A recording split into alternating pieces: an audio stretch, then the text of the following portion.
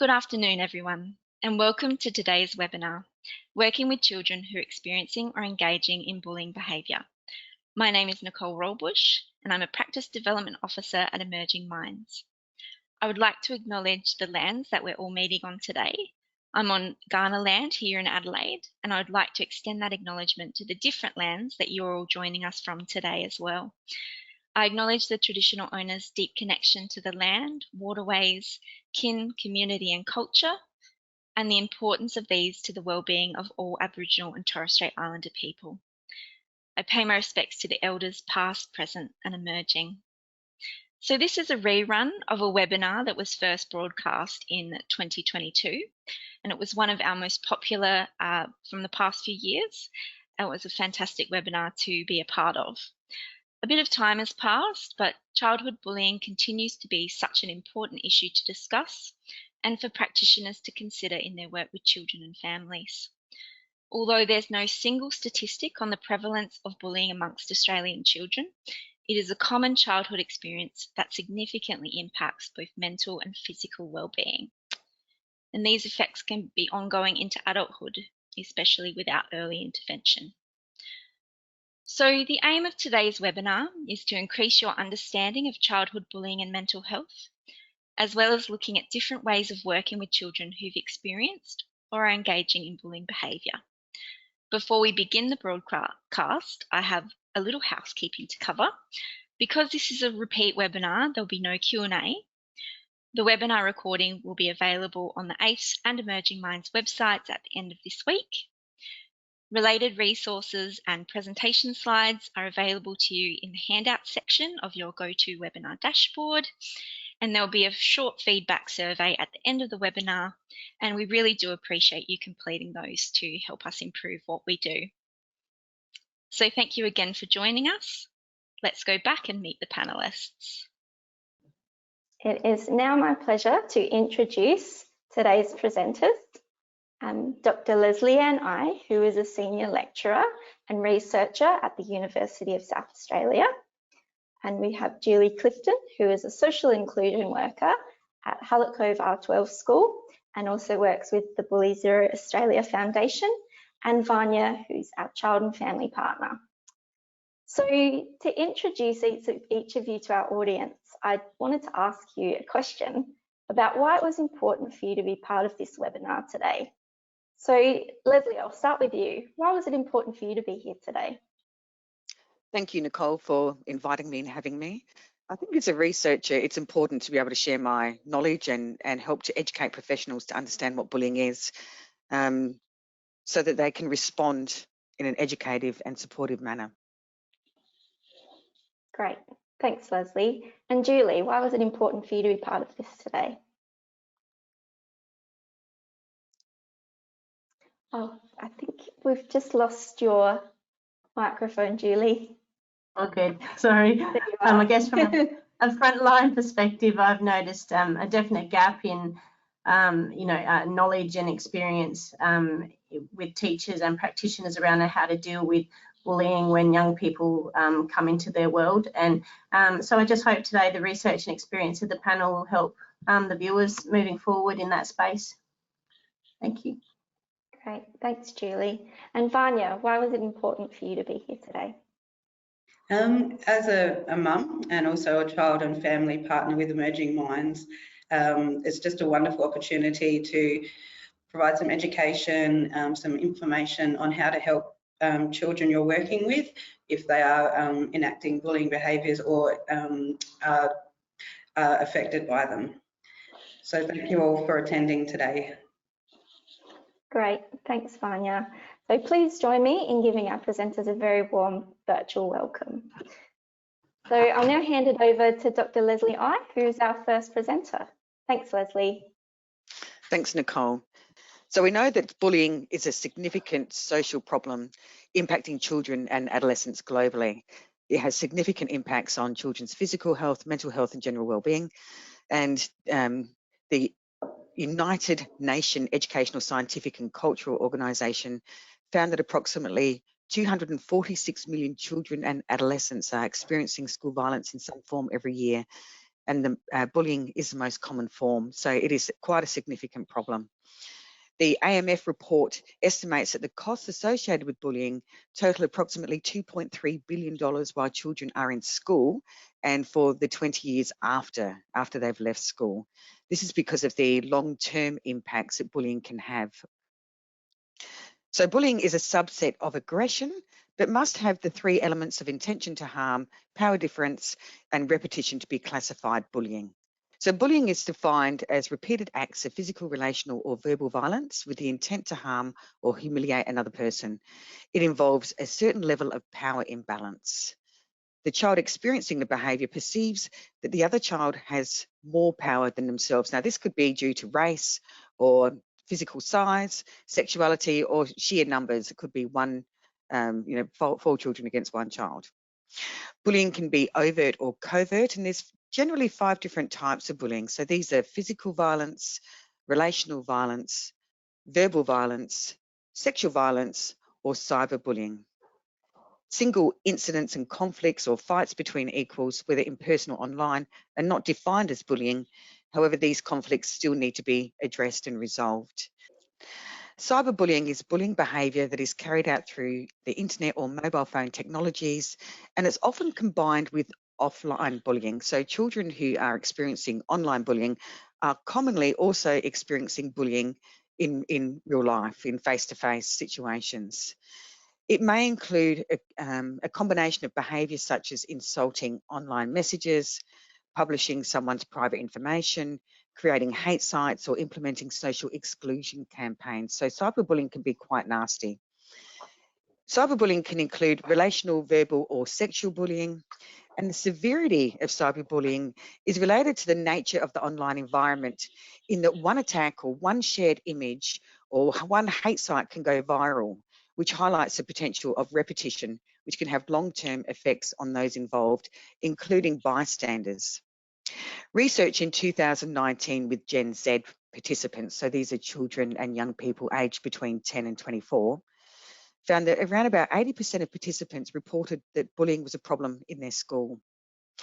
3 in 5 children and young people experienced bullying and were impacted by it.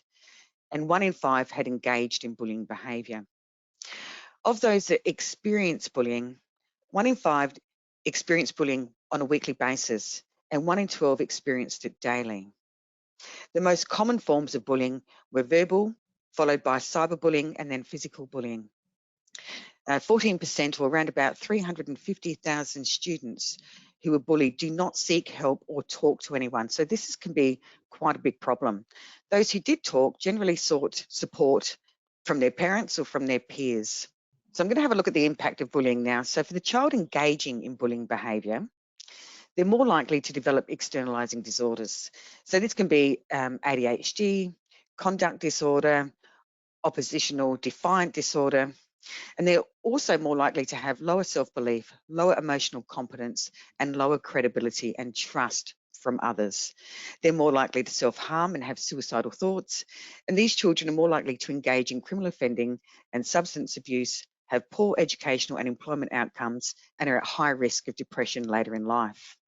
For children experiencing bullying, they're more likely to develop internalising disorders, such as separation anxiety disorder, generalised anxiety disorder, major depressive disorder, and phobias, and they generally have an overall poor life satisfaction.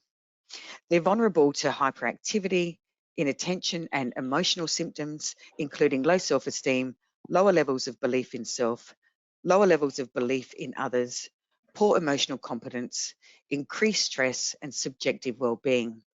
They're more vulnerable to social isolation, suicidal thoughts and attempts, and deterioration of physical health. So the impact of bullying for those experiencing bullying can be not only psychologically impactful, but also physically impactful as well. They're also more vulnerable to poor academic achievement, leading to financial, emotional, and psychological harm in the future. For children who both engage in and experience bullying, which is around about 20% of the children involved in bullying, these children are at the greatest risk, and they generally develop externalising and internalising disorders. Some of the mental health impacts include anxiety, depression, eating disorders, separation anxiety, and deliberate self-harm behaviours such as cutting. They're vulnerable to conduct disorders, and conduct disorders are most severe for children and young people who both engage in and experience bullying. These children are more susceptible to lower self-esteem and higher failure anticipation, alongside all of the other impacts that I've discussed in the previous 2 slides. Professionals working with children need a clear understanding about bullying and bullying roles. Teachers have some understanding of bullying, but not comprehensive. So in their definitions of bullying, a minority of teachers mentioned all 3 of the defining characteristics of bullying. Parents also had limited understanding of bullying, and they tend to confuse bullying and fighting. And children had limited understanding of bullying, and in particular, they were over-labelling aggressive behaviours as bullying. But this was research done with teachers, parents, and junior primary children. Some of the key strategies to prevent and intervene in bullying is education and collaborative responses. And to do this, we need to consider children's ecological systems. Now, some of the strategies that we can use for our intervention and prevention is to help children to understand their emotions and to self-regulate. We need them to help them to understand what bullying is, what's bullying and what is not bullying. So we need to define those behaviours with them. We need to help them understand the roles of the bystanders and the defenders. So bystanders can inadvertently encourage bullying behaviour through watching or gathering around and not intervening, whereas defenders can divert the attention of the child engaging in the behaviour. They can say stop, they can point out the inequity or unfairness or the impact or the harm of the behaviour. And the more defenders, the more power they have over the child displaying those bullying behaviours, because those children have a need for social acceptance. So if we have several defenders, they're more likely to be successful in their intervention. We need to help children understand the difference between reporting versus dobbing. A lot of children who are experiencing bullying behaviour are fearful of telling anybody in case that in case the behaviour escalates and it becomes worse for them. We need to debunk gender myths. So there are myths that girls can be catty. So relational bullying is normal, developmentally expected. It's not. And boys are more physical. So more physical bullying is expected from boys. But we still need to understand the differences between general fighting and bullying behaviour. We need to teach children empathy from a very early age. So understanding how to empathise with others and respect and value their feelings. We need to help children engaging in that behaviour to how to manage conflict so that they can manage conflict. We know that conflict is a normal part of developmental social development. So teaching them how to manage conflict so that it doesn't escalate into those bullying behaviours. We need to help build resilience.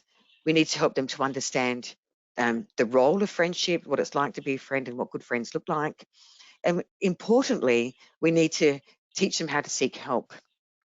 Now, in the research that I've done with one of my colleagues, Barbara Spears, we found that by teaching junior primary children and educators, that we found a significant increase in their ability to identify an intent to harm, an imbalance of power and repetition. So this was just a short education strategy that we used, and it worked really well for very young children, so it can work for older children as well. We need to collaborate with and educate children and others in children's ecological systems around all of these things. Now, this is an activity that was developed by teachers to help children understand the key elements of bullying. So children made these cards to identify what repetition looks like, what power differentials look like, and what the intent to harm looks like. And teachers made a bullying checklist so that children knew if they were being if they were experiencing bullying or if they were displaying bullying behaviours. Another activity or resources that were made by children. So this was an activity designed to educate parents. So with the support of teachers, children identified what bullying is and what bullying is not, the 3 elements of bullying, and what we can do to help. Some of the other educational activities that were done in that research was screwing up a piece of paper so that we can see the impact. So if you screw up a piece of paper and you try and straighten it out again, you can see that that paper is not going to be straight again. So it really highlights to children some of the impacts that bullying can have. Another activity we did was dropping an apple. So over several days, just dropping an apple over and over again, and then on about the 4th or 5th day, cutting that apple open and seeing all the bruising that lays underneath that skin. So we can see that even if we don't understand or see that these behaviours may be impacting others, it is impacting others, and they're not always visible. So that's all I have to say for today. So thank you for listening, and I'll hand over to Julie. Thank you. Thanks, Leslie. I think you've really highlighted what a significant issue bullying is for Australian children, and I really liked those examples at the end of the work that you shared that kids have done, as well as supporting, I suppose, parents' understanding of bullying as well. So thank you. I'll now hand over to Julie. Thanks, Julie. Thanks very much. Thank you, everyone. So I'm going to focus on how might children and adults view and define bullying differently. So I guess it depends on, you know, from a child's perspective, the different meanings. So some things which adults view as minor, children can view as major, and we have to think about, you know, with a child focused and the child lens. Some children believe that those that they think are their friends aren't necessarily going to bully, but their parents definitely know that their children have been bullied. Sometimes it comes down to the language that we use with our children around conflict and bullying, and making sure that we define definitely what bullying is, and have our children understand the same language.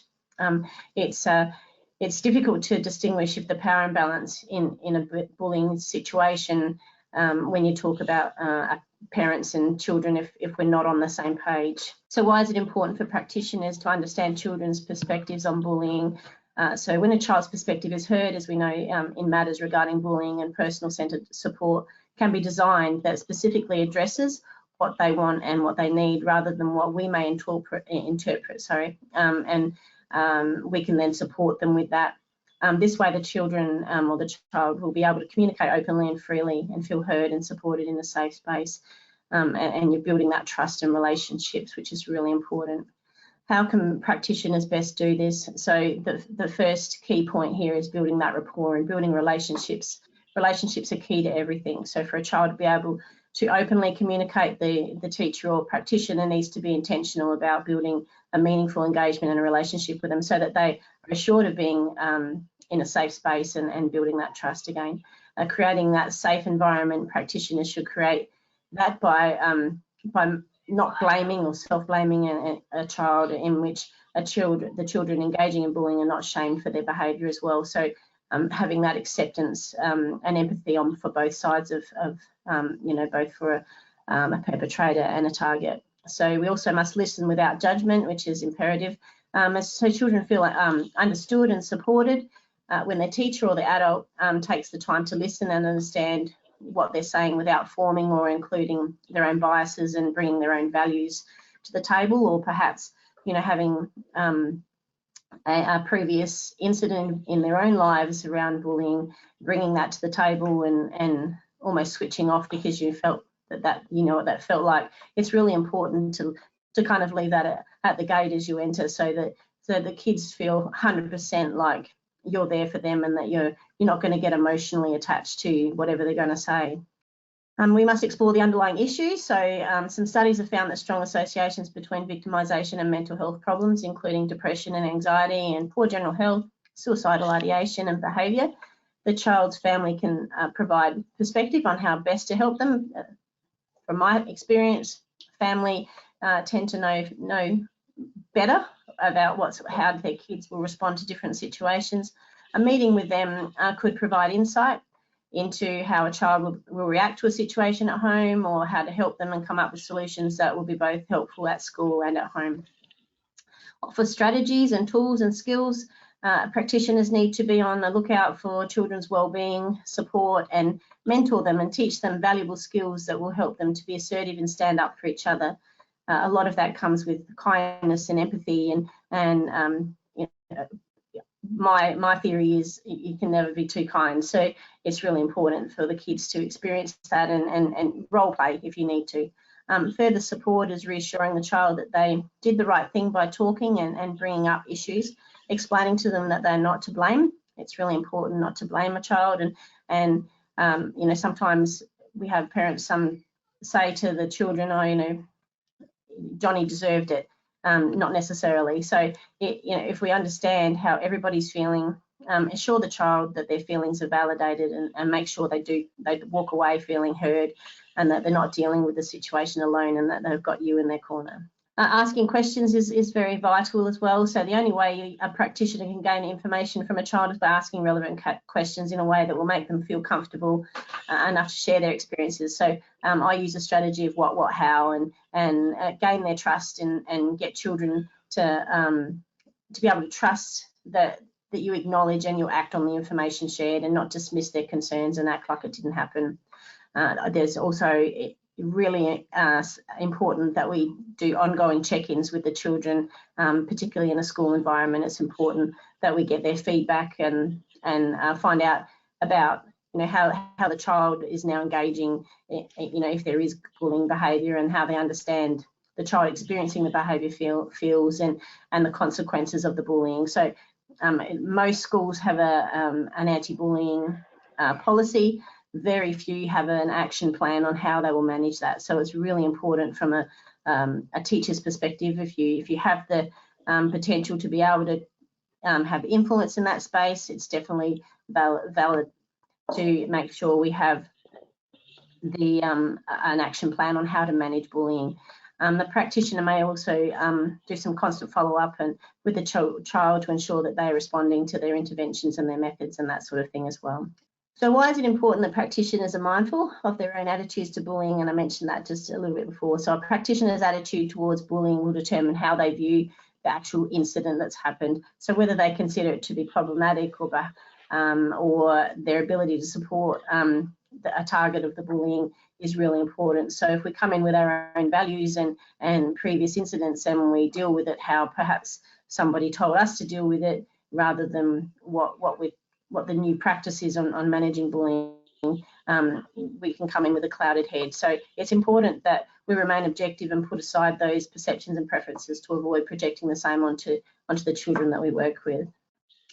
How can practitioners be mindful of their own attitudes and how these may impact their practice? So practitioners can practice some self-reflection in order to recognise their attitudes and possible biases towards bullying. And I would also extend that out to you know, self-care as well. It's really important that if you have had a history of being bullied, that you actually practice some self-care and come up with some ideas on how you're going to manage that in a situation where, because in schools bullying happens every day. So the aim would be to be non-judgmental and to develop a trust within themselves and their feelings, to realise that when their personal differences and history around the subject of bullying are affecting the execution of their role as practitioners.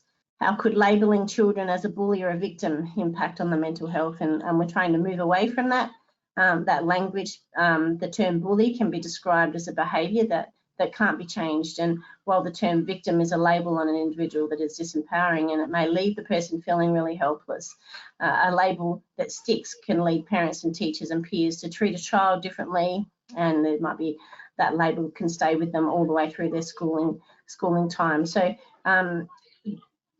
which may affect, of course, the psyche of the child in their own personal world as well as in their school life. So the child may internalise the label as part of an identity and in turn increase their likelihood of behaving in a manner that identifies with the label in the future, making change more difficult. The social stigma associated with the labels of bully and victim give more negative impacts of psychosocial functioning and children than those who have not been labelled, especially for those who perceive themselves as a victim. I've had some children in the past say, I'm a bully and that's all I'll ever be. So they've latched on to that label and I don't need friends because I'm a bully. So it's important that we try and move away from that language. How might practitioners support a movement away from these labels to support a child's mental health? So practitioners may adopt a strength-based approach that focuses on the child's unique qualities and teaches the child to acknowledge and adopt these qualities in an effort to further develop them. And if we change the narrative around the child, we'll encourage we'll encourage change within them. And cognitive restructuring may also help, that we may remind them that experiencing bullying is not their fault, and it's not about them, but it's about the other person who, you know, may have some stuff going on in their own world and not doing so well with their own mental health. Thank you. That was quick. Thank you very much for listening. And I move on to our next presenter. Thank you. Great. Thank you, Julie. Thanks. I think you raised some important practice considerations. I really liked that change the narrative to encourage change in them. It's really important. I think our language is very powerful. So now hand over to Vanya. Thank you, Vanya. Thank you, Nicole. Excuse me. So I'm speaking as a parent of children who have experienced bullying. So from that, I've noticed some of these impacts on their mental health over time. Troubles with sleep, I've got loss or increase in appetite, troubles with self-regulation, increased meltdowns, poor physical health because of the constant fight, flight, freeze, so an overabundance of adrenaline, which is affecting them physically. There's school avoidance due to fear that they may get bullied again, low self-esteem and confidence, feelings of rejection, isolation and powerlessness. They feel hopeless, they can't change anything. They've got a lack of trust in people, they may be withdrawn, poor performance and concentration, unfortunately self-harming behaviours, acting out with aggression and the showing of antisocial behaviours. And when I think of the mental health impacts, I like to think of it in this biopsychosocial model, where it's not just the physical, not just the psychological, it's all combined into one. And the effects it has can be devastating, short-term and long-term. So early intervention and prevention, I've said here that teachers have so many children to support, but we can't rely on them on teachers alone. So not just for in the school, but practitioners outside as well. Encourage the parents and families to, you know, build rapport with the school staff and the wellbeing team. I found that incredibly helpful to build up that relationship with the school support, and through them we came up with a plan, and it was really, really helpful. Speak to the school if they have any concerns that the child may be experiencing or engaging in bullying behaviours. Understand the ever-evolving forms of bullying. As we know, cyberbullying now is, I think Leslie said it's the second highest form of bullying. So we need to have a real understanding of what that involves. Be aware of the changes in that child's demeanour, no matter how small. If they become withdrawn or they're acting out more. Talk to the children about what bullying is and how to speak up and respond. This way you can promote resilience in their children and explain how to do that. And I think really important, the next 2 points as well, seize the moment, be completely present, listen to what the child is saying, because it may have been really hard for them to step up and voice their concerns. So just be open, honest, understanding, and thankful that when they come to you for help, you know, you're there to help them. And also allow access to safe online and in-person support services, because there is so many out there, so tap into those. Number one, support the parents and caregivers to trust their instincts. The parent, I always say, is the expert on their child. So really build that rapport, get to know them, and you can then, you know, they spend 24/7 a day with their children, so they know, they're the experts. Okay, so this next slide might be a bit raw, and these comments were unfortunately but kindly provided by my 2 children. So I've said, from the mouths of babes, bullies do mean things to me. They say yucky things about me. Bullies hurt my feelings. My body hurt where they hit me. Every day I'm scared that they are going to do something bad to me. Why won't they leave me alone? I don't want to use social media because I know they can get to me. They keep hurting me, not just physically, but emotionally too. What did I do to make them hate me so much? I thought I could trust my friends. Sad but true, and that's why we're here today, to advocate and try and educate. Okay, another aspect that's close to my home is children with medical conditions and different abilities, so advocating against bullying as a parent. So as a parent, I've found that educating myself about bullying has been vital. When I was at school, obviously it's far different to what it is now, but some of those characteristics obviously still are present. So it's been important for me to educate myself so I can educate others. This was gathering information on my daughter's medical condition and also my son's autism spectrum, gather age-appropriate information and resources to share. So I've gone to the school leaders, I've gone to the teachers, and I've provided them with resources that they can use and share with the class, so not only the class but the teachers get a better understanding of what's going on. There's rare conditions do exist and they need to be acknowledged. So even if they don't look different, we need to know that there are hidden conditions and they need to be recognised, supported, and also spoken about. Understand that every condition presents differently in each individual. It sounds easy, but it's so true. It's so easy to put someone in a box and just say, right, you're on the spectrum, this is how you are. It's not, no child is the same. And through all this, being a carer with children with medical needs and different abilities, it's not easy. So we'd love practitioners to find alternative ways to interact with children if they're unable to communicate what they're going through. Maybe they're non-verbal, or they're too shy, or they just don't know how to explain or don't feel safe. Please be ready to speak up and ask questions. A very important one too was actively engage with the specialists of the child, because they do spend that time. They're the ones providing, say, occupational therapy. Work together on how you can support that child. Also reach out to little known associations and not-for-profit organisations, because like myself, we have lived experience and an understanding of the challenges the families may be facing. So definitely seeking support to assist my children has made the world of difference, and that's the one thing I would take away. Please support the parents. They know their child the best, and yeah, educate and advocate. Oh, thank you, Vanya. It was great to hear your experience, and I think a privilege to hear from your children. So thank you for sharing those quotes with us. Really knowing what was helpful for you as a parent is an important piece of the puzzle. So thank you very much. And thank you to all three of you. Thanks, Vanya. Thanks to all three of you for your presentations. So that leads us into our question and answer time. If Leslie and Julie would like to join us again.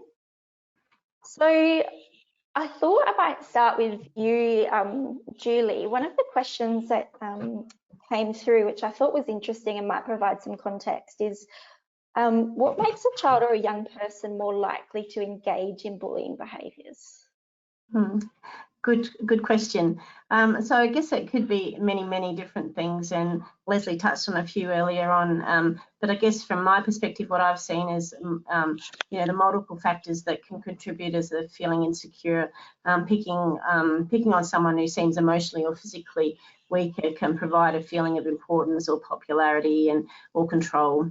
A lack of awareness, so some students or children don't even know or realise that it's unacceptable to pick on other children who are different because of their size, their looks, their race, or their disability, or their religion, and particularly those that frequently see this behaviour from other people in their lives. If it's mirrored, you know, monkey see, monkey do kind of thing as well. So which goes on to behavioural role models as well. So being exposed to aggressive and unkind interactions with family members and other areas of their life can result in students treating other people the same way.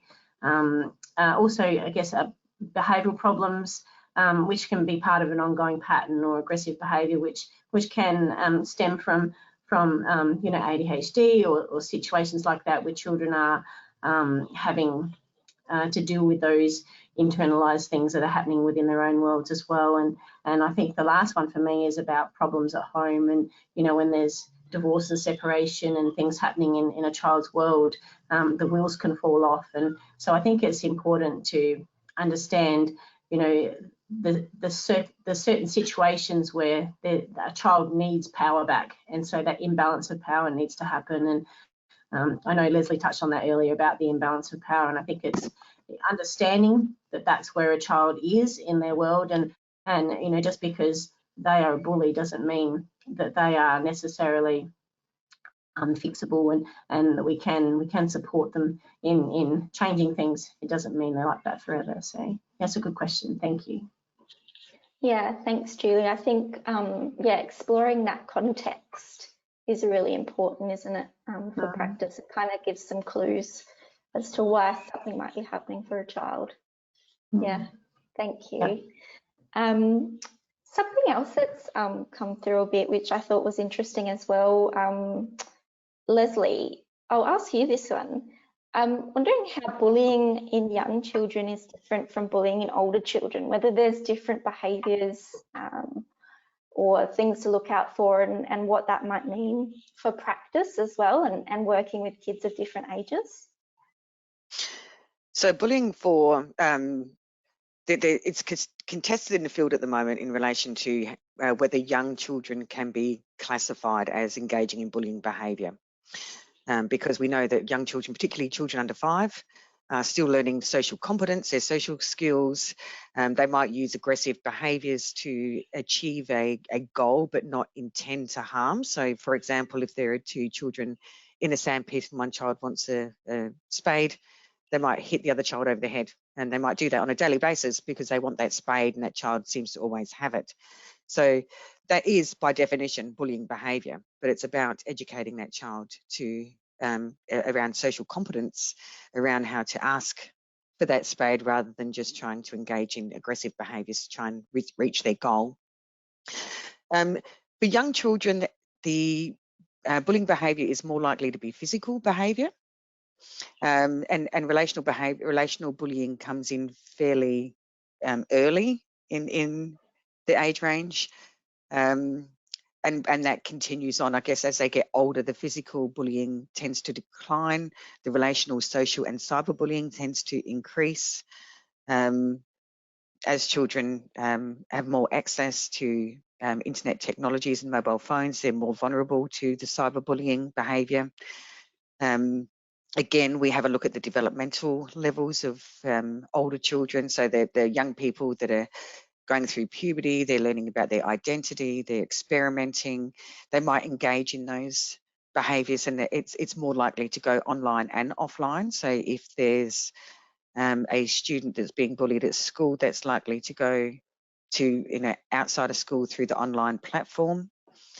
And as far as responding to that behaviour, I think we need to educate from a really early age around what bullying means, what it is, and the impact that it can have. How to, how to build empathy for others, how to consider others' feelings, and like I said in my PowerPoint, in relation to educating kids around social competence and the impacts that their behaviour can have on others, really needs to be implemented at a very early age. And as far as responding to bullying, educating kids around self-regulation, around managing conflict, around help-seeking behaviours as well is really important from a very early age, but also to normalise that as they get older, because we know that as adolescents tend to seek help from their peers before they seek help from professionals. So if we educate our kids around bystander behaviours, versus defender behaviours. You know, maybe their peers can play a role in supporting them to seek help or seeking help on their behalf. Yeah, great. Thank you, Leslie. And Vanya, kind of related to that, one of the questions we got through was, what can I do if a child is being bullied and they don't want to talk about it? I thought that was quite interesting because that happens a lot. It does. I must admit it happened with my two. It took them probably a year, which is awful, but it took them a year to build up the courage to actually tell me, and whether that's because they didn't know how.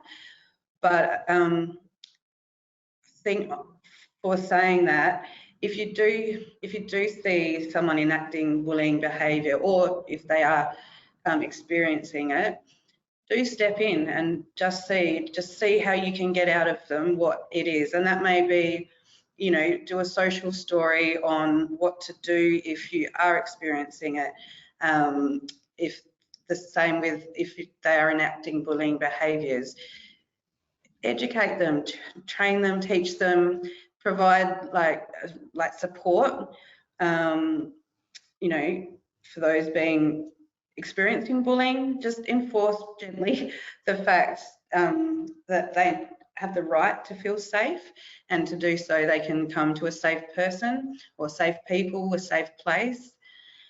And I think one saying that I heard for those engaging in bullying behaviours was help those that least deserve it, because they're the ones that need it the most. And that just struck a chord with me, because there's clearly something going on behind the scenes. As Leslie and Julie said, you know, it's not just that that child is unkind or catty or whatever. It has had to come from somewhere. Modelling from parents, you know, monkey see, monkey do. So yeah, definitely take the time to build rapport and trust with the child so that they can open up and tell you what exactly is going on. May I add to that, Nicole, please? Yeah, of course. As I said earlier, the research shows that children and students are not actually reporting bullying in the way that they should be, and they're not seeking help from professionals. And I think a big key in that is relative to the fear of the bullying escalating. So I think it's and there's other research out there that talks about students that have reported bullying and it hasn't been managed very well within a school context.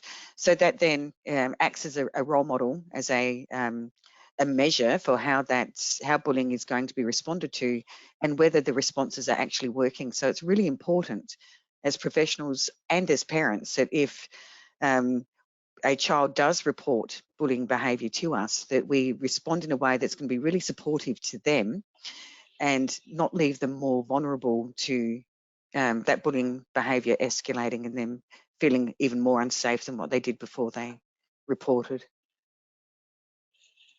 Yeah, great. Yeah, so building that trust and that rapport, but then also once that disclosure happens, making sure that that's being taken seriously. Yeah, great. We did get a lot of questions about the idea of labelling. So I wanted to touch on that a bit because I thought that was really, really important point. So sort of what can we name it instead? We've sort of been using the terms experiencing bullying behaviour or engaging in bullying behaviour. But someone else was really interested in so if we're not labelling, what are we talking about? So is it important then to label behaviours? Sort of just thought I'd open it up to the panel to discuss that.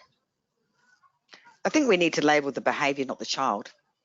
So we need to say that if the behaviour is bullying, we need to recognise that, acknowledge that, and talk about that behaviour is bullying.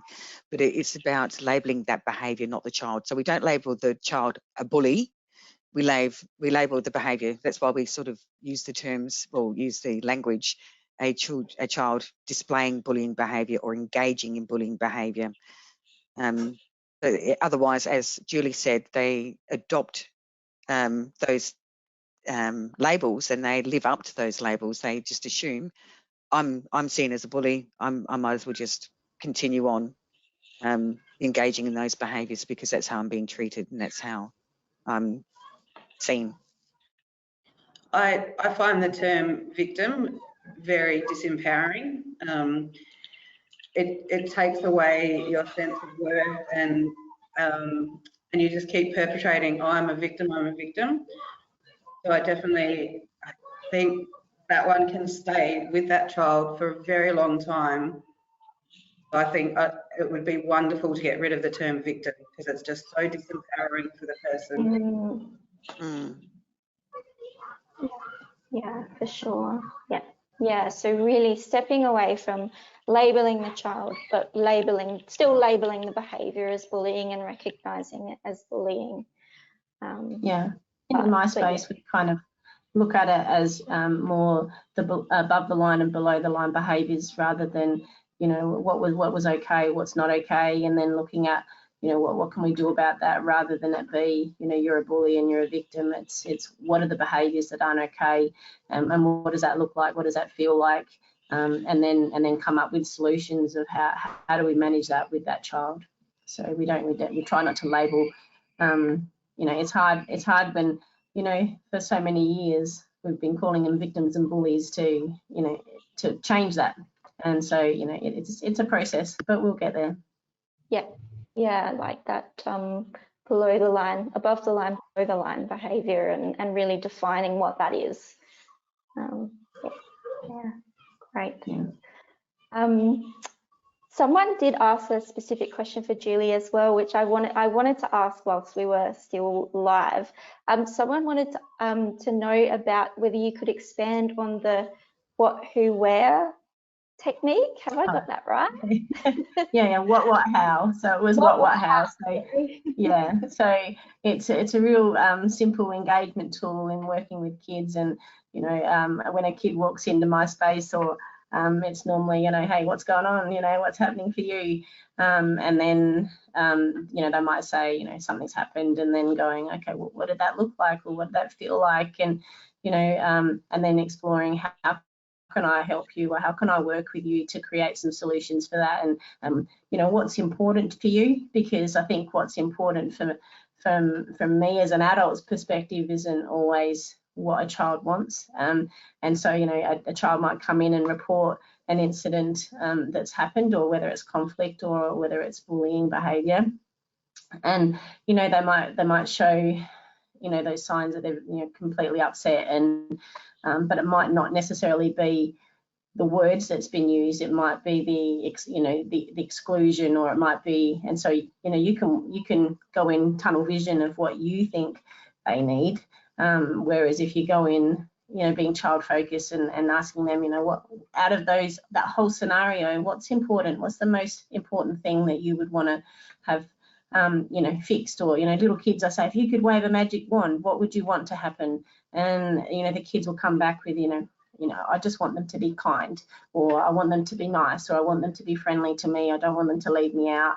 And so they're almost labeling those behaviours, above and below the line behaviours, and what they expect a good friend to be, or you know, programs like Friendology are like that as well, where you place everybody on a platform of we are all friends. It just, what level of friend are we? And you know, we're not always going to be kind to each other all the time, but we can try.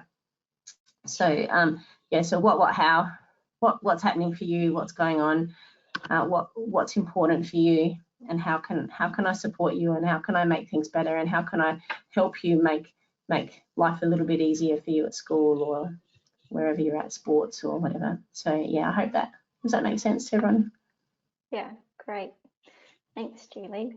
And one of the final questions that I might ask you today, might open it up to each of you, is whether there's any child-friendly resources that you've come across around supporting children to understand and be able to identify bullying. Anything that you've sort of come across that would be really helpful?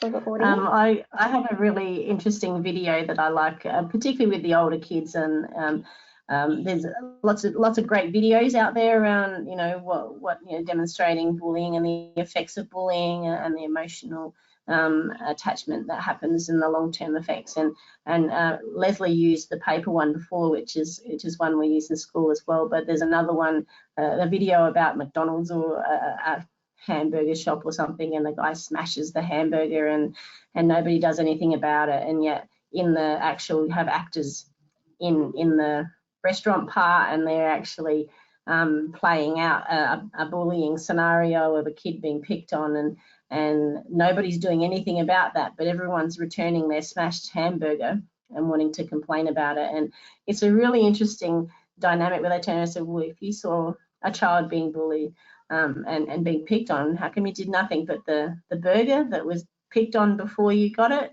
you did nothing about. So, you know, that's a really good way to introduce, you know, how things can then be damaged, because, you know, the burger's broken for a long time now unless you eat it. So yeah, there's some really good videos out there. Yeah, there's you know, there's lots of different programs that schools utilize. You know, we use Big Talks, Little People, I think it's called, and we use Friendology.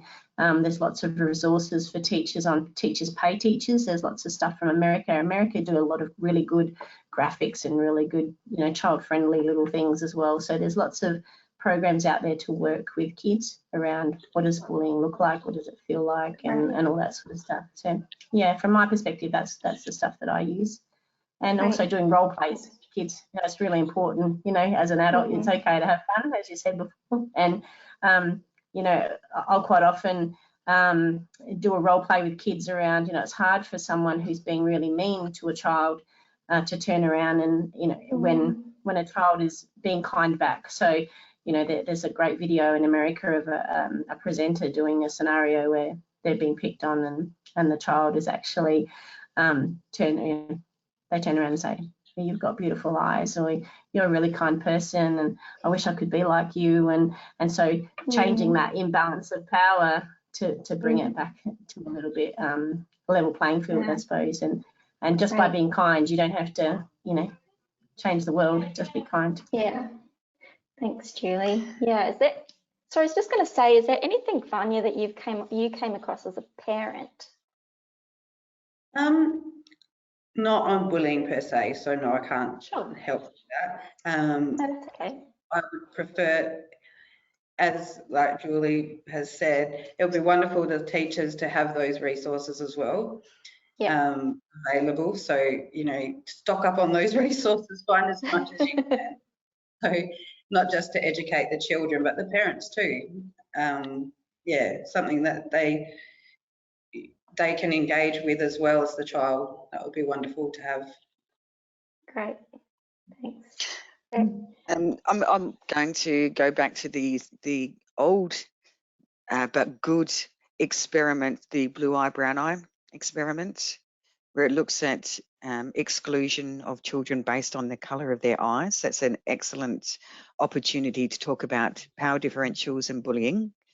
But also I've created a resource with teachers, early childhood teachers in South Australia that is available, that I've passed on to you, Nicole. Yeah, that's available in the handouts section. Yeah, for junior primary teachers in particular, but it can be used, I guess, for kids with special needs, but also can be adapted to use with older children as well.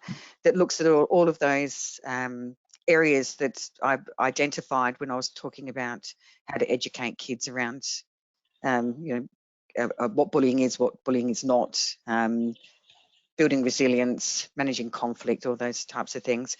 And when I highly recommend, because of the lack of understanding with parents as well, is whatever resources that you use and create with children and students, try to get them to share that with their parents, so that we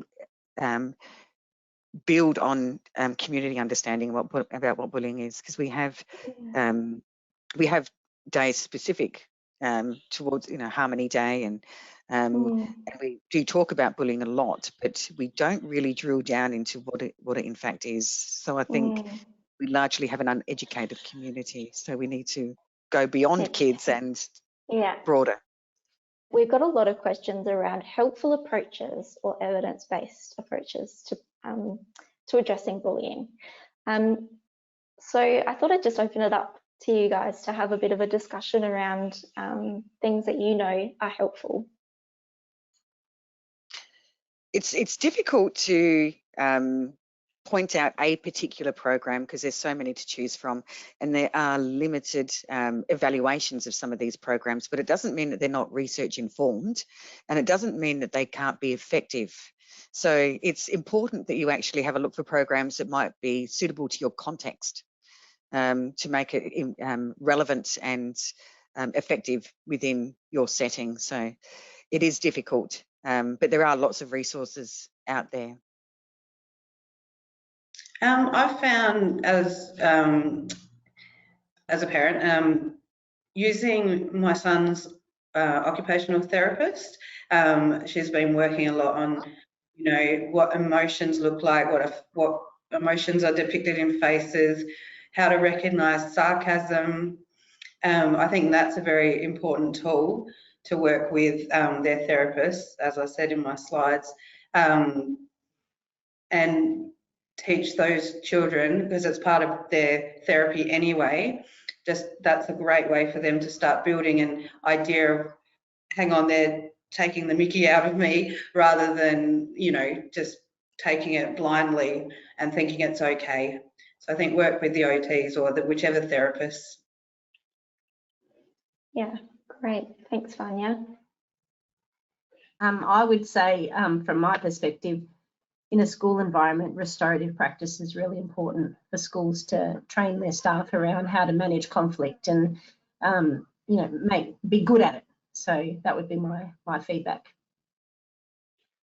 Yeah, and I think you need the consistency, Julie, as well. Like whatever program you are implementing, you need to make sure that your staff are trained in that and that it gets implemented in the same way so that it's effective.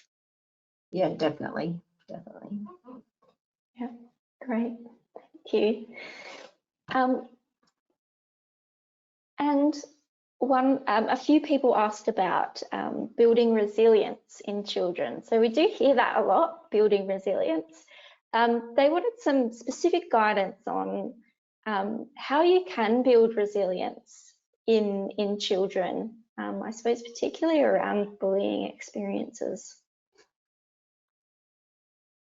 Might throw that one to you, Julie. Yeah, sorry, I've still got a tickle in my throat. I'm going to say that, like, what I use particularly is using those strength-based models and working with kids around, you know, the circle of control and and how they can actually, you know, the things they can control and the things they can't control, and getting kids to understand that my voice is going to go.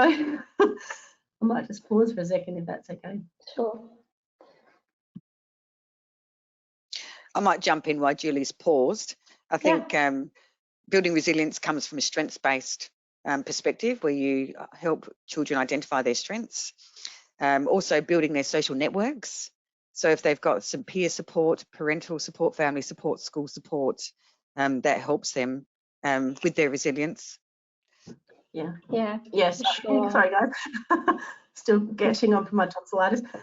So I think, you know, when I definitely work with the kids, it's around getting them to understand the things, you know, people will always be mean and people always say nasty things, and we can't control that, and getting them to, you know, to reflect on, you know, what are adult problems and what are kid problems, and how can they differentiate between the two, and then work with them on, you know, you don't necessarily have to have the right words to come back at somebody who's being mean to you, but you know, if you can understand in your own mind that, you know, and I think, you know, for as long as I was a police officer and things like that, that was the trick, is getting people to know that you can't change other people, but the way you respond to that is that, you know, respond versus react situation. And if you respond in a respectful manner, and in a kind manner. Kindness breeds kindness, as we know, and kindness creates all sorts of, you know, wonderful things for our health and well-being. And if we can actually focus on the kindness and teaching our kids to be kind and be a better person than they were yesterday, then I think that's the key to moving forward. And you know, we're all different. We all come from diverse and very different backgrounds. And if we're respectful of that and we're kind, then, you know, it's hard to be mean to someone who's kind to you, because that makes you out to be almost like a monster, and nobody wants to be made a monster. So I think, you know, for me in our school, that's what I focus on, is that circle of control and getting kids to understand, you know, for me, that's where the magic is, when it comes from inside.